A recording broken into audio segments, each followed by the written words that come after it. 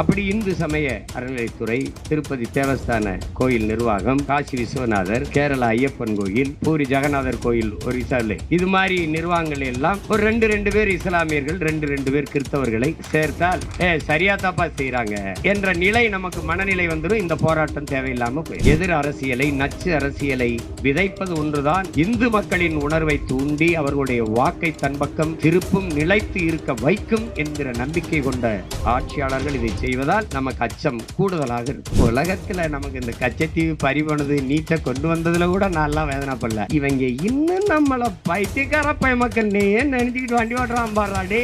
அறிவு தெளிவு, அரசியல் புரிதலற்ற அடிமை, இந்த எண்ணத்தில் தான் தொடர்ச்சியாக இந்த நாடகத்தை திராவிட முன்னேற்றம் போட்டுக்கொண்டே இருக்கு. என் நெருமை இஸ்லாமிய சொந்தங்களுக்கு எந்த இன்னல் வந்தாலும் முதலில் போய் நாங்கள் நின்று போராடுவது அவர்கள் எங்களோடு நிற்பார்கள் என்பதற்காக அல்ல, நாங்கள் உங்களோடு நிற்கிறோம் என்பதை காட்டுவதற்கு. திராவிடர்களைப் போல ஏமாற்ற வேண்டிய அவசியம் எனக்கு இல்லை. என்னைய பெற்ற தாய் தந்தையரை, என் உடன் பிறந்தார்களை ஏமாற்ற வேண்டும்ங்கிற அவசியம் எனக்கு என்ன?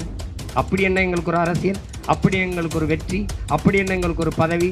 இப்பவும் இந்த நாடகம்லாம் எதுக்கு தெரியுமில்ல? இந்த தீர்மானம், வக்பு சட்டத்துக்கு எதிராக தேர்தல் வருது, ஓட்டு நம்ம மேல வெறுப்புல சீமானுக்கு போட்டுருவானோ?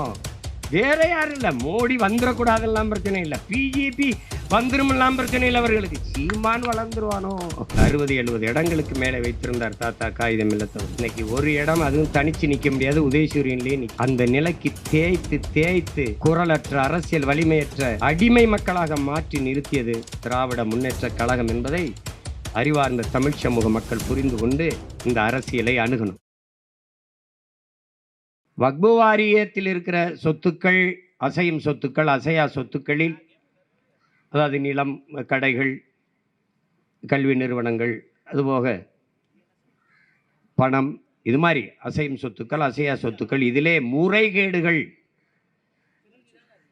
நடந்திருக்கிறது என்றால் அந்த முறைகேடுகளில் ஈடுபட்டவர்களை கண்டுணர்ந்து, ஆய்வு செய்து, அடையாளம் கண்டு அவர்களின் மீது சட்டப்பூர்வமாக நடவடிக்கை எடுப்பது, அவர்கள் மீது வழக்கை தொடுப்பது, உரிய தண்டனையை கொடுப்பது என்பதை இங்கே இருக்கிற யாரும் எதிர்க்கவில்லை. அந்த மாதிரி திருத்தத்தை எல்லோருமே வரவேற்கிறார்கள். ஆனால் வக்பு வாரியம் என்ற ஒன்றே எதிர்காலத்தில் இருக்காது என்கிற நிலையை ஏற்படுத்துகிற அளவிற்கு இந்த திருத்தம் இருப்பதால் தான் இந்த போராட்டம் இருக்கிறது. நம்ம ஆட்கள் எப்படி வருவார்கள் என்றால், எங்கள் ஊரில் மிக எளிதாக விளக்குவார்கள். இருக்க இடம் கொடுத்தால், நரிக்கு இருக்க இடம் கொடுத்தால் கிடைக்கு 2 ஆடு கேட்கும் என்று. இது பாவம், இந்த நரி ரொம்ப குளிரில் நடுங்குது, இது பாவமாக இருக்க, இப்படி படுத்துக்க அப்படின்னா கொஞ்ச நாள் கழித்து கிடைக்கு 2 ஆடு கொடுக்கணும், இல்லை உன் குறவழியை கடிப்பேங்க. குறை இல்லை, எல்லாமே நிறையாக இருக்கிறது என்று யாரும் இங்கு சொல்வதற்கு இல்லை. ஆனால் அதுக்கு விசாரணை வேண்டும், உரிய நடவடிக்கை வேண்டும் என்பதிலும் யாருக்கும் மாற்று கருத்து இல்லை.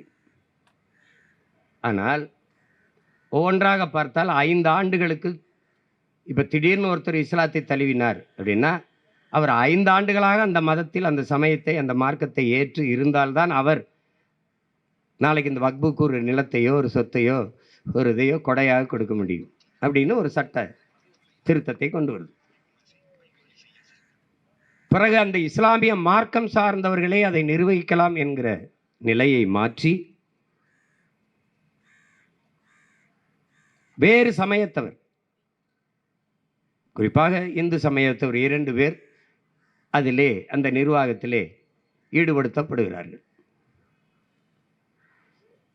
இதனால்தான் நேர்மையான நிர்வாகம் வரும் என்று நாடும் சட்டமும் நம்புமையானால், அப்படி இந்து சமய அறநிலைத்துறை, திருப்பதி தேவஸ்தான கோயில் நிர்வாகம், பூரி ஜெகநாதர் கோயில், காசி விஸ்வநாதர், கேரளா ஐயப்பன் கோயில், இதெல்லாம் பூரி ஜெகநாதர் கோயில் ஒரிசால இது மாதிரி நிர்வாகங்கள் எல்லாம் ஒரு ரெண்டு பேர் இஸ்லாமியர்கள், ரெண்டு பேர் கிறிஸ்தவர்களை சேர்த்தால் சரியா தப்பா செய்கிறாங்க என்ற நிலை நமக்கு மனநிலை வந்துடும். இந்த போராட்டம் தேவையில்லாமல் போயிடும். குறிப்பாக இஸ்லாமியர்களை பன்னெடுங்காலமாக நிர்வகித்து வந்த வக்பு சொத்துக்களை வேறு சமயத்தை சார்ந்த 2 உயர்ந்த பொறுப்புக்கு போகிற போது என்ன நடக்கும்? அந்த மார்க்கம் சார்ந்த பெருமக்கள் இது காஜிக்கள் அது முத்தவாளிகள் என்கிற அந்த நிர்வாகிகளே நிர்வகித்து வந்த தலைமை பொறுப்பில் அது எல்லா வக்பு சொத்துக்களும் அந்தந்த மாநில அரசுகள் நிர்வகித்து வந்த இடத்தில் அதில் மத்திய அரசும் தன்னுடைய இந்திய ஒன்றிய அரசும் தனக்கும் அதிகாரம் இருக்கு, தானும் அதை நிர்வகிக்கலாம் என்று உள்நுழைகிறது. உங்களுக்கு தெரியும், ஏற்கனவே கல்வி உரிமை இழந்திருக்கோம், மருத்துவ உரிமை இழந்திருக்கோம், எல்லா வரியையும் எடுத்துட்டு போயிருக்குது. எல்லா உரிமையையும் எடுத்துக்கொண்டு போய் வைத்துக்கொண்டு கீழே போட்டுக்கொண்டு மேலே ஏறி உட்கார்ந்து கால் மேலே கால் போட்டுக்கொண்டு அதிகாரம் செய்யுது இந்திய ஒன்றிய அதிகாரம். இந்த வக்பு சொத்துக்களுக்குள் நுழையும் போது அது என்ன செய்யும்? இஸ்லாமிய மக்களுக்கு எதிராக எதிர் அரசியலை, நச்சு அரசியலை விதைப்பது ஒன்றுதான் இந்து மக்களின் உணர்வை தூண்டி அவர்களுடைய வாக்கை தன் பக்கம் திருப்பும், நிலைத்து இருக்க வைக்கும் என்கிற நம்பிக்கை கொண்ட ஆட்சியாளர்கள் இதை செய்வதால் நமக்கு அச்சம் கூடுதலாக இருக்கு. அதாவது ரொம்ப கவனிக்கத்தக்கது. அந்த இடத்தில் இஸ்லாமிய மார்க்கத்தை சார்ந்த பெரியவர்கள் நிர்வகித்து வந்த சொத்தை மாவட்ட ஆட்சியர், அதனுடைய துணை ஆணையர் அவர் நிர்வகிக்கலாம் என்றால், உங்களுக்கு தெரியும் இந்திய ஐஏஎஸ் ஐபிஎஸ் எல்லாம் யாருடைய கட்டுப்பாட்டின் கீழே இருக்கிறார்கள் என்பது உங்களுக்கு தெரியும். அது இந்திய உள்துறை அமைச்சகத்தின் கீழே தான் இருப்பார். அப்போது யாருடைய நேரடி நிர்வாகத்தின் கீழே போய்விடும் என்பது உங்களுக்கு தெரியும். ஒரு சொத்தை ஒரு ஆக்கிரமித்திருக்கார் என்றால் 90 நாட்களுக்குள் வழக்கு நடத்த வேண்டும். அதுவும் அவர் 12 ஆண்டுகளுக்கு மேலே அந்த சொத்தை அவர் பாவித்திருப்பார், பயன்படுத்தி இருப்பார், ஆக்கிரமித்து இருப்பார் என்றால் அந்த சொத்து அவருக்கே. இப்போ நம்ம இதில் உழுவனுக்கே நிலம் சொந்தம்னு கொண்டு வந்த மாதிரி 5 ஆண்டு 10 ஆண்டுகளுக்கு மேலே அந்த நிலத்தை பயன்படுத்தினால் உழுவனுக்கே நிலம் சொந்தம் என்ற மாதிரி அவன் ரொம்ப நாளாக பயன்படுத்தியிருக்கான், அவன் நிலம், அவ்வளவுதான். இதில் வக்பு வாரியம் தலையிட முடியாது, அரசு தலையிடும். வக்பு வாரியத்தில் இருக்கிற தலைவர்களுக்கு அதிகாரமா, அரசு நியமித்திருக்கிற தலைவர்களுக்கு அதிகாரமா, அரசு நியமித்திருக்கிற தலைவர்களுக்கு அதிகாரம். இந்த அதிகாரம் என்ன வேலை செய்யும்? ஏற்கனவே நிலம் கையகப்படுத்துகிற சட்டத்தை கொண்டு வந்திருக்குது. காரணம், தொழிற்சாலை தொடங்குதல், வேலை வாய்ப்பை பெருக்குதல், நாட்டின் வளர்ச்சி என்று காதுகளிலே தேனை பாய்ச்சுகிற வேலையை நீண்ட காலமாக இந்த ஆட்சியாளர்கள் செய்து வருகிறார்கள். 2000 ஏக்கர் சிப்காட்டுக்கு, 2000 ஏக்கர் கார் தொழிற்சாலைக்கு, ஹொண்டாய்க்கு, நோக்கியோக்கு, இப்படி என்றெல்லாம் எடுத்து கொடுக்கிற இந்த முதலாளிகள் கேட்பாரற்று இருக்கிற, அதிகாரமற்று இருக்கிற வக்பு அதிகாரத்தை இவர்கள் உள்நுழைந்து மொத்த இடத்தையும் 38 லட்சம் ஏக்கர் இருக்கிறதா அவங்க கணக்கு சொல்றாங்க. 38 லட்சம் ஏக்கர். இப்பவே எங்க அண்ணன் ஒரு பட்டியல் சொன்னாங்க, தடாரகம் திருச்சியில். நாங்கள் திருச்சியில் போய் பல இடங்கள் வக்பு சொத்துக்களை ஆக்கிரமிக்கிறதை நாங்கள் போய் நின்று போராடினோம். ஆனாலும் அதையும் மீறி ஆக்கிரமிச்சுக்கிட்டு தான் இருக்கிறாங்க. அப்போ அங்கிருந்த தம்பிகள்கிட்ட, இனிமேல் இதில் ஏதாவது வேலை நடந்தால் சொல்லு, நான் உடனே என்ன வண்டினா 4 மணி நேரம், விண்ணூறு தினம் 1 மணி நேரம் தான் வந்துடுறேன், நம்ம பார்க்கலான்னு. ஏன்னா ஏற்கனவே நிறைய ஆக்கிரமித்து விட்டார். அதை எதிர்த்து கேள்வி கேட்க வேண்டியவர்கள் எங்கள் அண்ணன் தடாரகம் சொல்வது போல அவர்கள் காலடியிலே அமர்ந்து இருக்கிறார்கள். இன்றைக்கு வக்பு வாரியத்தின் தலைவர் யார்? இங்க நியமிக்கப்பட்டிருக்கவர் யார்? நவாஸ் கனி அவர்கள். அவர் யார்? என் மாவட்டத்தினுடைய நாடாளுமன்ற உறுப்பினர், முகவை ராமநாதபுரம் மாவட்டத்தின் நாடாளுமன்ற. அவர் யார்? அவர் இந்திய யூனியன் முஸ்லீம் லீக்கின் வேட்பாளர். இந்திய யூனியன் முஸ்லீம் லீக்கு இடம் கொடுக்கும்போது ஒரு இடம், அதில் வேட்பாளரையும் திமுகவே கொடுத்துருக்கு. புரியுதுன்னு நினைக்கிறேன் உங்களுக்கு. அதனால அதுவரை இருந்த வக்பு வாரிய நிர்வாகிகளை தூக்கிட்டு அவரையே தலைவராக போட்டுருக்கு. ஏன்? எந்த இடத்தை ஆக்கிரமிச்சாலும் கேள்வி கேட்க வேண்டிய தலைவர் தன் கைக்குள்ளே இருக்கிறார், கைப்புள்ளையாயிடுறார். ஒரு 10 ஆண்டுகள் கழித்து வக்பு வாரியம் என்ற ஒன்று இருந்ததே யாருக்கும் தெரிய போகிறதில்லை. அவர்களுக்கு பல லட்சக்கணக்கான ஏக்கர் இடம் இருந்ததும் தெரிய போகிறதில்லை. அது முடிஞ்சிடும். இந்த பேராபத்தை உணர்ந்ததனால்தான் நாம் இதை எதிர்க்கிறோம். சட்டம் நிறைவேறிவிட்டது. நிறைவேற்றுவதற்கு முன்பே தர்க்கம் செய்து தகர்த்திருக்க வேண்டிய பெருமக்கள் வாய்மூடி அமைதியாக இருந்து விட்டார்கள். எதிர்த்து வாக்கு செலுத்த வேண்டிய பெருமக்கள் செலுத்தலை.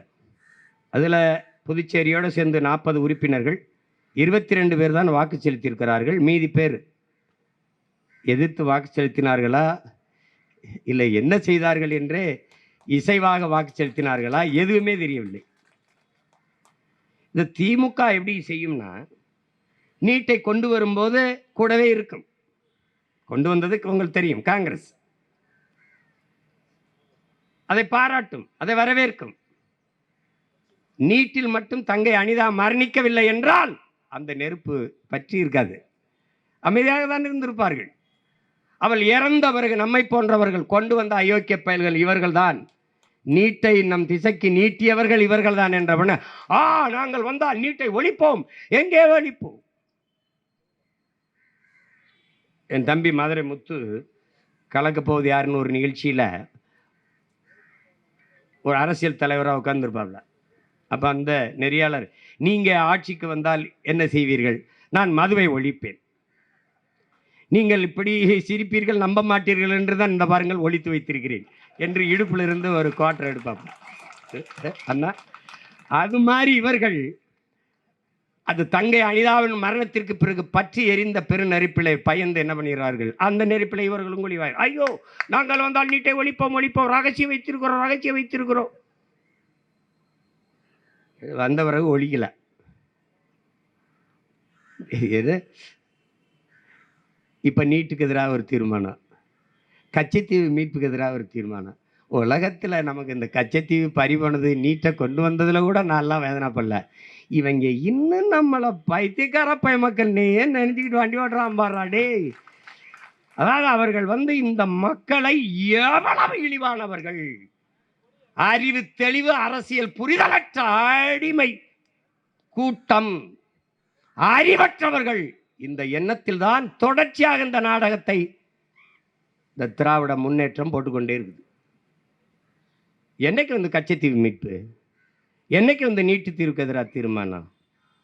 இப்போ அங்கே பேசாமல் இருந்துட்டு இங்கே வந்துக்கிட்டே வக்பு திருத்த சட்டத்துக்கு எதிராக தீர்மானம், இப்போ நீதிமன்றத்தில் வழக்கு. இப்படித்தான் நீட்டுக்கு எதிரான தீர்மானம், நீட்டுக்கு எதிரான வழக்கு. சட்டம் நிறைவேறிவிட்டது, உச்ச நீதிமன்றம் எழுதுன்ட்டு போயிட்டது, ஒன்றும் பண்ண முடியல.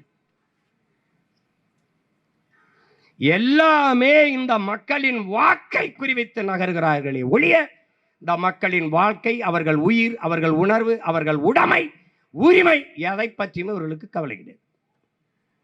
இவர்களுக்கு நீயும் நானும் ஒரு ஓட்டு, உங்கள் பிள்ளைகள் எங்களுக்கு நீங்களும் நாங்களும் உயிர் மதிப்புமிக்க ஒரு உயிர். உங்களுக்கும் பசி, உறக்கம், கனவு, கண்ணீர், உணர்வு, உரிமை எல்லாம் இருக்கிறது என்பது எங்கள் நிலைப்பாடு. அவர்கள் எப்படியாவது இந்த மக்களை ஏமாற்ற வேண்டும் என்று என்பார்கள். நாங்கள் இந்த நிலையிலிருந்து எப்படியாவது இதை மாற்ற வேண்டும் என்று நினைப்போம்.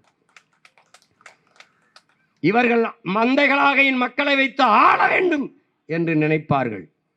உயர்ந்த சிந்தனை உள்ளவர்களாக என் மக்களை மாற்றி எல்லா இனங்களையும் போல என் மக்களும் வாழ வேண்டும் என்று உங்கள் பிள்ளைகள் நாங்கள் நினைப்போம். எந்த ஒரு பிரச்சனையிலும் அவர்கள் ஒப்புக்கொள்வார்கள். உங்கள் வயிற்றிலிருந்து வந்த நாங்கள் தான் உங்களுக்கு உளமாற அழுவோம். இதை நீங்கள் புரிந்து கொள்ளணும். என் அண்ணன் தடா ரஹீம் அவர்களும் சொன்னார்கள், சீமானின் பக்கம் நாம் தமிழரின் பக்கம் நீங்கள் நிற்க வேண்டும் என்று.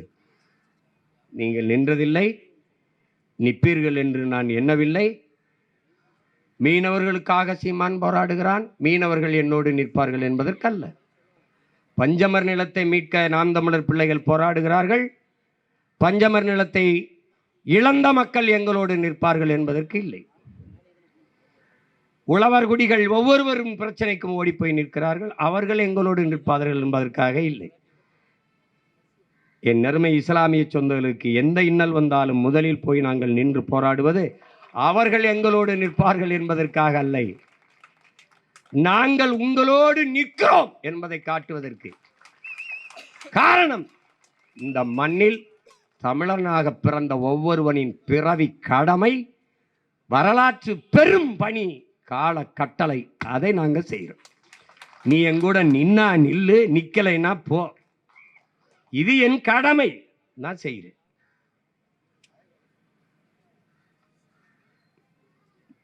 திராவிடர்களைப் போல ஏமாற்ற வேண்டிய அவசியம் எனக்கு இல்லை. என்னைய பெற்ற தாய் தந்தையரை, என் உடன் பிறந்தார்களை ஏமாற்ற வேண்டும்ங்கிற அவசியம் எனக்கு என்ன? அப்படி என்ன எங்களுக்கு ஒரு அரசியல், அப்படி எங்களுக்கு ஒரு வெற்றி, அப்படி என்ன எங்களுக்கு ஒரு பதவி? இந்த பேராபத்து இருக்கிற அந்த திருத்தங்களை குறைந்தபட்சம் அதையாவது நீங்கள் திரும்ப பெற வேண்டும். ஆனால் இவர்கள் செய்ய மாட்டார்கள். அவர்களுக்கு இஸ்லாமிய மக்களின் வாழ்க்கையும் முக்கியமில்லை, வாக்கு முக்கியமில்லை, உரிமையும் முக்கியமில்லை, உயிரும் முக்கியமில்லை.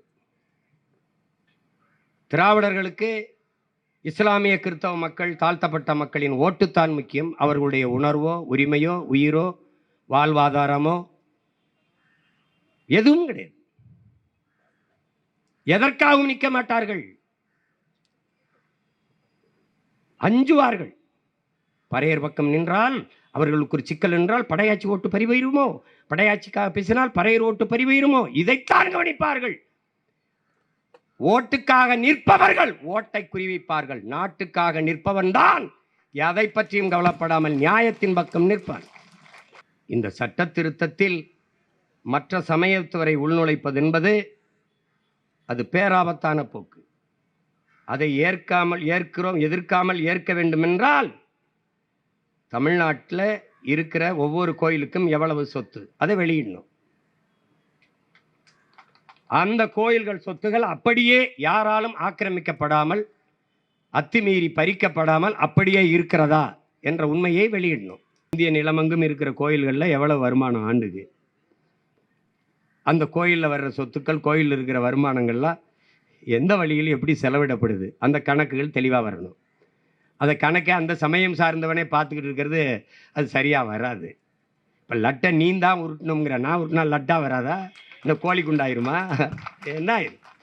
லட்டு அது யார் உருட்டினாலும் உருட்டும்டா, என்ன அது ஒன்றும் கிடையாது, உருட்டு. அப்போ திருப்பதி தேவஸ்தானத்தில் 2 இஸ்லாமியனை போடு, 2 கிறிஸ்தவனை போடு. நாங்கள் எதிர்த்து இந்த மாதிரி போகிறோன்னா தூக்கி ஜெயிலில் போடு. தர்மத்தின் வழி நில்லுங்கள். ஒரு சமயத்தை ஏற்றுக்கொண்டார்கள்ங்கிறதுக்காக இந்த நாட்டு குடிமக்களை நசுக்குவது, நயவஞ்சகமாக ஒதுக்குவது, அச்சுறுத்துவதெல்லாம் இந்த நாட்டின் ஒருமைப்பாட்டுக்கும் இறையாண்மைக்கும் ஏற்புடையதல்ல. நாளை அண்ணல் அம்பேத்கர் அவருடைய பிறந்த தினம். அவர் அறிவுறுத்தியதுதான், தான் வாழ்கிற நாட்டை விட தான் சார்ந்திருக்கிற மதமே பெரிது என்று எண்ணிக்கொண்டு இவர்கள் செயல்பட தொடங்குவார்களே ஆனால் இந்த நாடு சுக்கு சுக்காக சிதறிப்போவதை யாராலும் தடுக்க முடியாது என்கிறார். மார்க்கங்களும் சமயங்களும் வழிபாடுகளும் மாறிக்கொள்ளக்கூடியது. சிலர் சிவனை வழிபடுவார், சிலர் முருகனை வழிபடுவார், சிலர் கண்ணனை வழிபடுவார், சிலர் விநாயகரை, பிள்ளையாரை வழிபடுவார். ஒவ்வொருவருக்கும் ஒரு குலதெய்வம் இருக்கு. என்னுடைய குலதெய்வத்தை நீங்கள் எல்லோரும் கும்பிட வேண்டும் என்று நான் சட்டம் இயற்ற முடியாது. என்னுடைய குலதெய்வம் வீரமாகாளி. இப்போ எங்கள் அண்ணன் கதிர் ராஜேந்திரன் இருக்கிறார், அவருக்கு வேற குலதெய்வம். ஆனால் என் அண்ணன் உடன் பிறந்த என் தங்கைக்கு என்னுடைய குலதெய்வம் வீரமாகாளி தான் குலதெய்வம். அது குலவழியே பிரிக்கப்படுது. அது ஏன் குலதெய்வத்தை தான் நீங்கள் எல்லாரும் கும்பிட்டாகணும் அப்படிலாம் குச்சி வச்சு அடிச்சுக்கிட்டு இருக்க முடியாது. வழிபாடு என்பது, மொழி என்பது, உடை என்பது, உணவு என்பது வாழ்விடம் தீர்மானிக்கக்கூடிய ஒன்று. அது போய் சொல்லிட்டு கூடாது.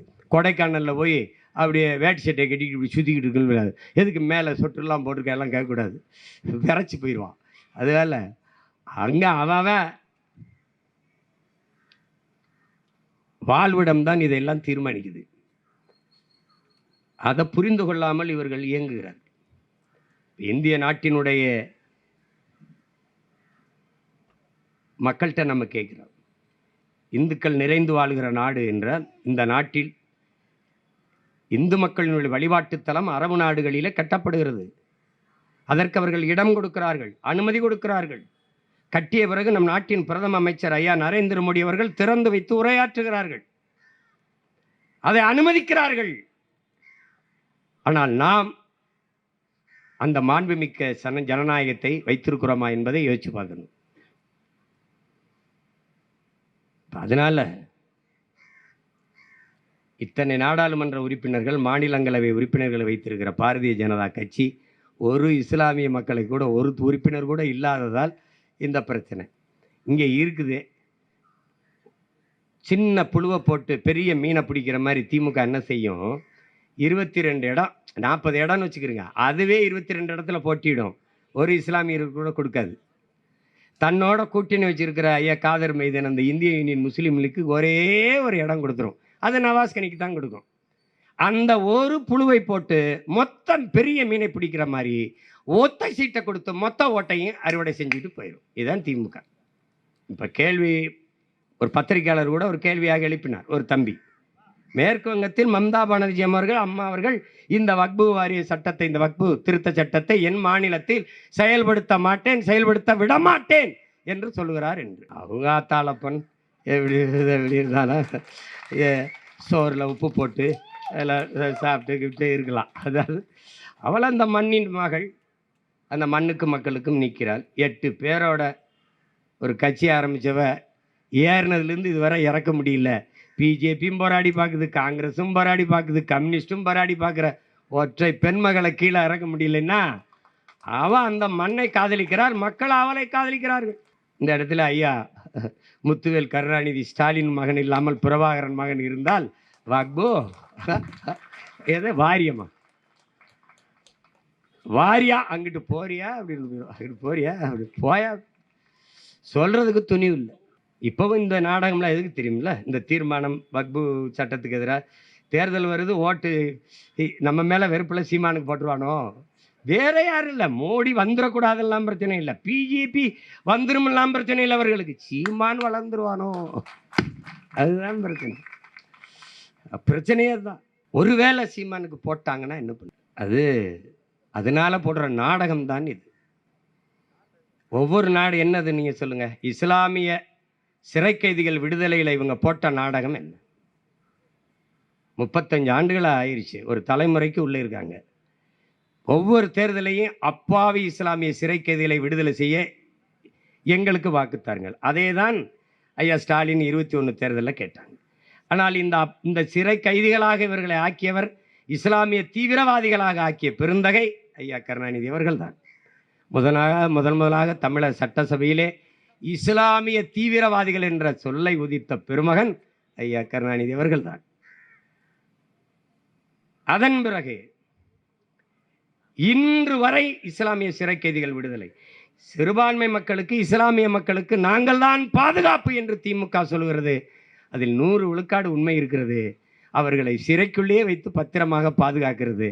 அந்த பாதுகாப்பை அது சொல்லுது, விடுதலை செய்யாது. 3 சிறைவாசிகள், இஸ்லாமிய சிறைவாசிகள் உடல் நலிவுற்றுட்டது, நோய்வாய்ப்பட்டுட்டது. முன்விடுப்பு தாருங்கள், எங்களுக்கு முன்விடுதலை தாருங்கள் என்று உச்சநீதிமன்றத்தில் வழக்கு தொடுத்த போது உங்களால் நம்ப முடிகிறதா? உச்சநீதிமன்றம் இவர்களை விடுதலை செய்யுங்கள் என்று சொல்லுது.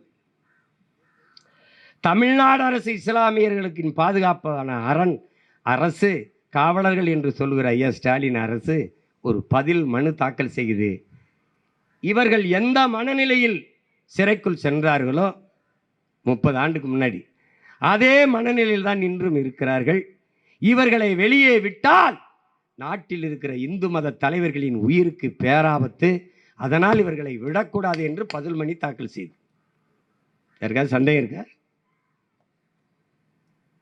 ஆனால் எனக்கு தெரியும், உங்களுக்கு தெரியும், இங்கே இருக்கிற என் இஸ்லாமிய சொந்தங்களுக்கு தெரியுமா? தெரியும். ஆனால் இதை பேச மாட்டார்கள். இஸ்லாமிய மக்களுக்காக தன் வாழ்நாளை திருமணம் செய்து கொள்ளாத ஒரு புரட்சியாளனாக வாழ்ந்து மறைந்த பழனி பாபாவையே மறந்து விட்ட சமூகம் இது. இது நீ என்ன பேசுறடி? இனி அவனை போல ஒரு தலைவன் இனி பிறக்க போறதும் இல்லை, இனி பிறந்தாலும் வரப்போறதும் இல்லை. அப்படி போர்க்குணம் மிக்க அறிவார்ந்த ஒரு மகன் வாய்ப்பில்லை. கண்ணியமிக்க காகிதம் இல்லத்தின்ட்டு வார்த்தையில் மட்டும் சொல்லி அவரை மறந்து விட்டு போன சமூகம் இது. இது தன்னலவாதிகள், பிழைப்புவாதிகள் கையில் பின்னாடி நிற்கிற மக்களாக என் மக்கள் மாறிவிட்டார்கள். இப்பவும் என்ன செய்கின்ற? இப்பவும் அவர்களுக்கு ஓட்டு போட்டால் பிஜேபி வந்துடும், அவர்களுக்கு ஓட்டு போட்டால் பிஜேபி வந்துடும். அது வல்லடா பேச்சு. நீ என்ன பண்ண? அதான் பேச்சு. சாதிவாரி கணக்கெடுப்பா மத்திய அரசு எடுக்கணும். இப்போது கர்நாடக அரசு, கர்நாடக ஆளுகிற காங்கிரஸ் அரசு சாதிவாரி கணக்கெடுப்பு எடுப்பேங்குது. தெலுங்கானாவில் இவங்களோடு கூட்டணி வச்சிருக்க காங்கிரஸ் சாதிவாரி கணக்கெடுப்பு எடுத்து அறிவிக்குது. இவர்கள் எடுக்க மாட்டார்கள், மத்திய அரசை சாட்டி விடுவார்கள். ஆனால் இவர்கள் யார்? மாநில உரிமைக்காக பேசியவர்கள், மாநில தன்னாட்சியை பற்றி பேசியவர்கள், நாங்கள் தான் மாநில உரிமையின் காவலர்கள் என்று பேசியவர்கள். இப்போது இஸ்லாமிய சிறை கைதிகள் விடுதலை இல்லை, ஆளுநர் கையெழுத்திட மறுக்கிறார். அவர் மறுப்பார் தான் தெரியுமே. அவர் RSS உறுப்பினர், ஒரு பாரதிய ஜனதாவின் சித்தாந்தத்தை ஏற்றவர், பாரதிய ஜனதா கட்சியின் நியமன உறுப்பினர், ஆளுநர். அவர் எப்படி உனக்கு கையெழுத்திடுவார் இஸ்லாமிய சிறை கைதிகள் விடுதலைக்கு?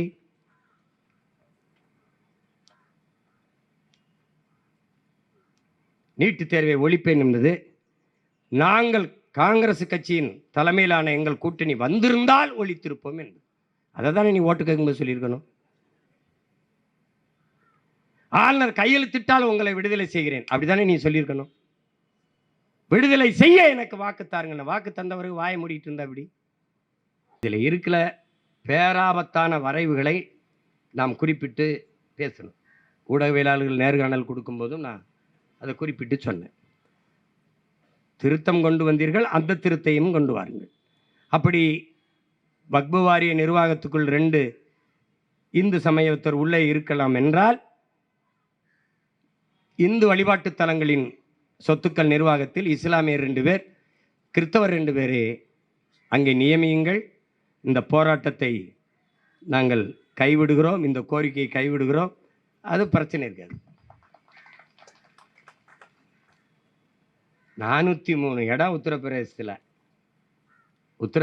403 இடம், ஒரு இடம் இஸ்லாமியனுக்கு கொடுக்கல. நீ என் நன்மைக்கு பேசுவாயின்னு நான் நம்பணும்னா எப்படி சொல்லுங்க? அந்த கதை தான். இந்த 2 அணில் அடிச்சுக்கிறது, சண்டை. அது 4 அணில் அடிச்சுக்கிறது. அதில் ஒரு அணில் சொல்லுது, நான் ரொம்ப அறிவாளி, இவன் முட்டாப்பை, இவனுக்கு ஒன்றும் தெரியல, ஆனால் சொன்னால் கேட்க மாட்டேறான்னு. ஒரு அணில் சொல்லுது, இவன் 3 பேரும் அறிவிட்டவன், நான் தான் புத்திசாலி அப்படின்னு அது சொல்லுது. இன்னொரு அணில் சொல்லுது, இவன் 2 ஒரு தற்குறி பையன், ஒன்றும் தெரியல, நான் தான் அதில் ரொம்ப பெரிய புத்திசாலி, நான் தான் உயர்ந்தவன் அது சொல்லுது. இப்படி ஒன்று அடிச்சுக்கிறது. காட்டில் ஒரு குரங்கு நாட்டாமல் இருக்கப்பல, அவர்கிட்ட இவர் போகிறாங்க, 4 பேரும் பஞ்சாயத்துக்கு போகிறாங்க. ஐயா, நீங்கள் தான் எங்கள் பிரச்சனையை தீர்த்து வைக்கணும். அவர் கால் மேலே கால் போட்டுக்கிட்டாப்புல, ஏன்னா பஞ்சாயத்து வந்துருச்சுல. என்ன ஐயா, நான் என்ன சொன்னாலும் கேட்க மாட்டேன், ஏன் இவன் ஒன்றும் தெரியாத பைத்தியக்காரங்களா இருக்காங்க, அறிவில்லாதவனாக இருக்காங்க. அப்படி ஒவ்வொருத்தனும் பஞ்சாயத்து சொல்லும்போது, சரி நீங்கள் அறிவாளிகளா இல்லையா, நீங்கள் உங்களில் யார் பெரிய ஆள், இதெல்லாம் நான் சொல்கிறேன். ஒரு வாரம் நான் சொல்கிறத செய்யுங்க, போய் எனக்கு பசிக்குது சாப்பிட்றத எடுத்துட்டு வாங்க. அது கொடுக்குன்னு ஓடி போய் பழங்களை பறித்து கொண்டாந்து அதை கொண்டாந்து வச்சுட்டு அப்படி நிற்கிது. ஏசமாக சாப்பிட்டு தூங்கிட்டாப்புல. மறுபடியும் ஐயா இன்னும் ஒரு வாரம் இருக்குது, போயிட்டு வா. ஒவ்வொன்றும் சாப்பிடக்கூட, கால் வலிக்குது, கொஞ்சம் அமுக்கி விடு, தலையை கொஞ்சம் ஜொரிஞ்சு விடு. எல்லா வேலையும் இந்த அணில் செஞ்சுக்கிட்டே இருக்குது. இந்த குரங்கு படுத்துக்கிட்டு நல்லா ஒரு வாரம் சாப்பிட்டு இன்றைக்கி ஒரு வாரம் முடியுது, ஐயா திருப்பி சொல்ல போகிறாருன்னு ஏசமாக வர்றாரு. அப்படி வந்து அப்படி உட்காந்துருக்காப்புல. இது 2 இந்த 4 நம்ம இப்போ உட்காந்துருக்கோம்ல, அதே மாதிரி உட்காந்துருக்கு. அவர் சொல்கிறார், என்ன சமான்னு, நீங்கள் 4 பேருமே பைத்தியக்கார போயிலுங்க, நான் தான் பெரிய ஆள் உங்கள் 4 பேரை விட, எப்படி சொல்றியா அப்படின்னு. ஒரு வேலையும் செய்யாமல் உங்கள் 4 பேரையும் உழைக்க வச்சு உட்காந்து சாப்பிட்டுக்கிட்டே இருந்தேன்லடா. டேய், நான் தான்டா பெரிய. இப்படித்தான் நம்மெல்லாம் தீதான் தமிழம் பூரா. இந்த பஞ்சாயத்து பண்ணுற குரங்கு இருக்கு பேர், குரங்கு நல்லா உட்காந்த இடத்துல சாப்பிட்டுக்கிட்டே, இனிமேலாவது ஏதாவது விழிப்புணர்வு பெற்று எழுறதுக்கு பாருங்கள், புரியுதா? இந்த சட்டத்தை எல்லாம் திரும்ப பெறுவாங்க, திருத்துவாங்கலாம் நம்பிக்கை இல்லை. ஆனால் இந்த அதிகாரம் நம்ம கைக்கு வந்துச்சுன்னா அது செயல்படாது, அவ்வளோதான் நம்ம செய்ய முடியும். அம்மா மம்தா சொன்னதை நம்ம சொல்ல முடியுமா? முடியாதா? முடியும், அவ்வளோதான். அதுக்கு என்ன செய்யணும்? கடுமையாக உழைக்கணும், வெல்லணும், தமிழ் தேசிய அரசை மலர செய்யணும், அவ்வளோதான்.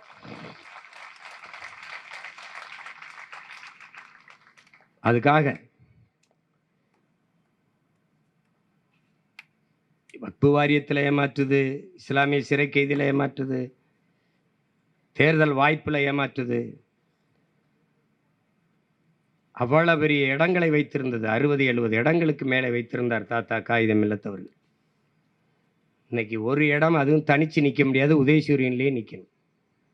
அந்த நிலைக்கு தேய்த்து குரலற்ற அரசியல் வலிமையற்ற அடிமை மக்களாக மாற்றி நிறுத்தியது திராவிட முன்னேற்ற கழகம் என்பதை அறிவார்ந்த தமிழ் சமூக மக்கள் புரிந்து கொண்டு இந்த அரசியலை அணுகணும். என் தம்பி சொன்னான் பாருங்க, ராமநாதத்தில் ஒரு இமாம், நான் அவனும் பேசிட்டு இருக்கும்போது சொன்னேன், தம்பி நம்ம உண்மையிலே அல்லாஹ் ஒருவனுக்கு தான் பயப்படணுமா இல்லை இந்த திமுகவுக்கும் பயப்படணுமாடா? பார்த்தாலும் 5 வேளை தொழுகும்போது நம்ம என்ன செஞ்சு துவா பண்ணுறோம், என்ன சொல்லி துவா பண்ணுறோம்?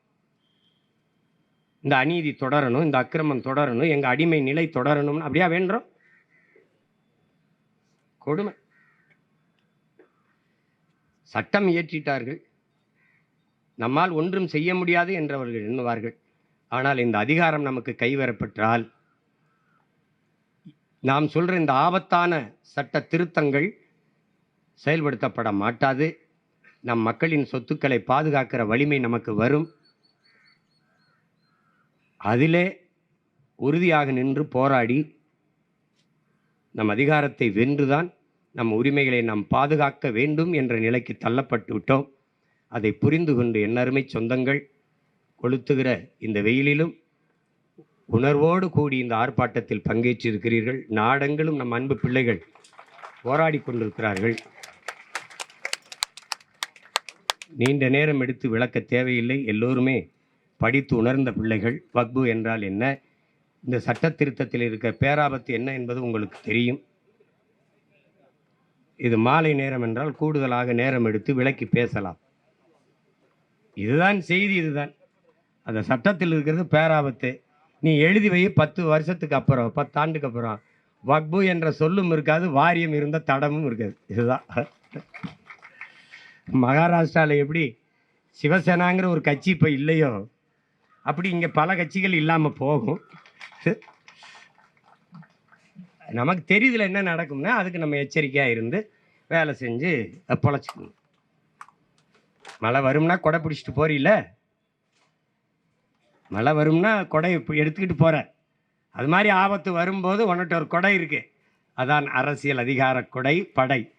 அதை பிடிச்சிக்கிட்டு சரி பண்ணும். போராட்டத்தில் பங்கேற்ற எல்லோருக்கும், குறிப்பாக நம்முடைய அண்ணன் தடா ரஹீம் அவர்களுக்கு நம்மளுடைய அன்பும் நன்றியும். உங்கள் எல்லாருக்கும் என்னுடைய பேரன்பும் வணக்கமும். புரட்சி எப்போதும் வெல்லும். நம் போராட்டம் நாளை அதை சொல்லும். நம் இலக்கு ஒன்றுதான், இனத்தின் விடுதலை. இனம் ஒன்றாவும் இலக்கை வென்றாவும். தமிழ் தாய் வாழ்க. தலைவர் பிரபாகரன் வாழ்க.